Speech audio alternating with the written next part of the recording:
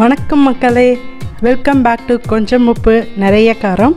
இன்றைக்கி நம்ம பார்க்க போகிறது ஒரு இம்யூனிட்டி பூஸ்டிங் ரெசிபி தான், இஞ்சி துவையல். வாங்க எப்படி பண்ணுறதுன்னு பார்க்கலாம்.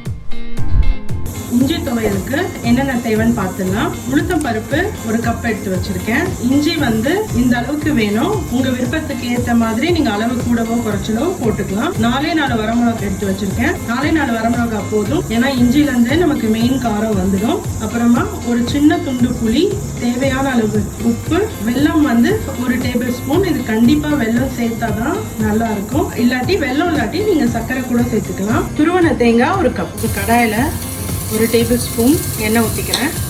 எண்ணெய் காஞ்ச உடனே நம்ம உளுத்தம் பருப்பு போட்டு ஃப்ரை பண்ணிக்கலாம்.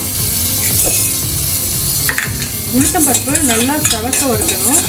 மீடியம் ஃப்ளைல வச்சு ஒரு மாதிரி கலர் மாற வரைக்கும் நம்ம ஃப்ரை பண்ணணும். உளுத்தம் பருப்பு லைட்டாக கலர் மாறிடுச்சு. இப்போ நான் மிளகாய் போட்டுக்கிறேன்.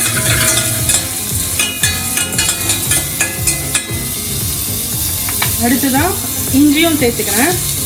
மிளகா நான் 4 தான் போட்டிருக்கேன், ஏன்னா இஞ்சி காரமே ஜாஸ்தியாக இருக்கும். அதனால் மிளகா இந்த அளவுக்கு போதும். இஞ்சி நல்லா ஃப்ரை ஆகணும். ஒரு 1 or 2 minutes ஃப்ரை ஆனால் போதும். புளி ஒரு சின்ன துண்டு, தேவையான அளவு உப்பு போட்டுக்கிறேன். லைட்டாக ஃப்ரை ஆனால் போதும். அடுத்தது தேங்காய் ஒரு கப்பு. நான் அடுப்பை நிறுத்திட்டு தேங்காய் போட்டுடுறேன். இந்த சூடில் தேங்காய் ஃப்ரை ஆனால் போதும். இதை நம்ம நல்லா ஆற வச்சு அரைச்சிக்கலாம். இப்போ கொஞ்சோண்டு கருவேப்பிலை சேர்த்துக்கிறேன். கருவேப்பிலை ஃப்ரை ஆகணும்னு அவசியம் இல்லை. ரொம்ப ஃப்ரை ஆகிடுச்சுன்னா அது சேலம் போயிடும்.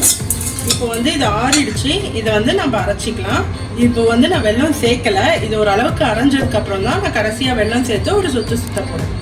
இப்போ இதை நம்ம அரைச்சிக்கலாம்.